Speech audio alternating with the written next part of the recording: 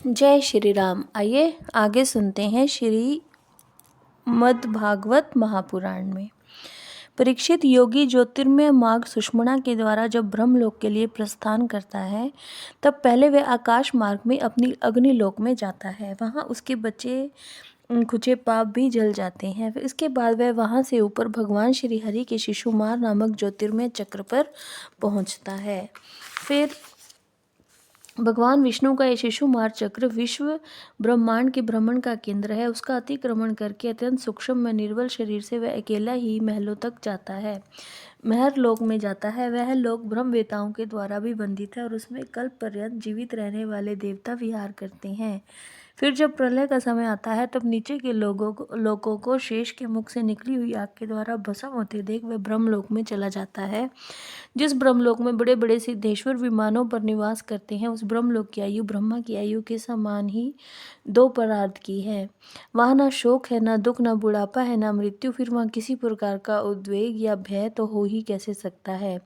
वहाँ यदि दुख है तो केवल एक बात का, वह यही है कि इस परम पद को न जानने वाले लोगों के जन्म मृत्यु में अत्यंत घोर संकटों को देखकर दयावश वहाँ के लोगों के मन में बड़ी व्यथा होती है। सत्यलोक में पहुँचने के पश्चात वह योगी निर्भय होकर अपने सूक्ष्म शरीर को पृथ्वी से मिला देता है और फिर उतावली न करते हुए 7 आवरणों का भेदन करता है। पृथ्वी रूप से जल को और जल रूप से अग्नि में आवरणों को प्राप्त होकर वह ज्योति रूप से वायु रूप आवरण में आ जाता है और वहां से समय पर ब्रह्म की अनंतता का बोध कराने वाले आकाश रूप आवरण को प्राप्त करता है।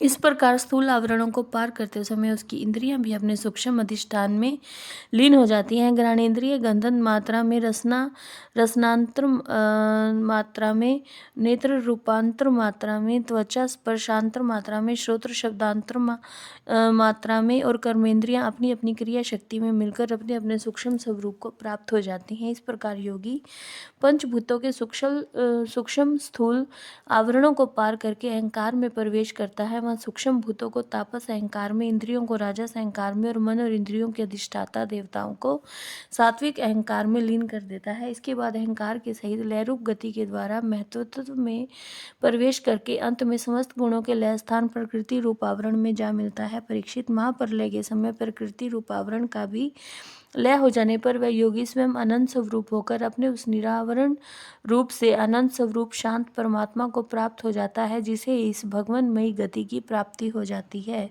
उसे फिर इस संसार में नहीं आना पड़ता। परीक्षित, तुमने जो पूछा था उसके उत्तर में मैंने वेदोक्त द्विविध सनातन मार्ग, सद्यो मुक्ति और कर्म मुक्ति का तुमसे वर्णन किया है। पहले ब्रह्मा जी ने भगवान वासुदेव की आराधना करके उनसे जब प्रश्न किया था तब उन्होंने उत्तर में इन्हीं दोनों मार्गों की बात ब्रह्मा जी से कही थी।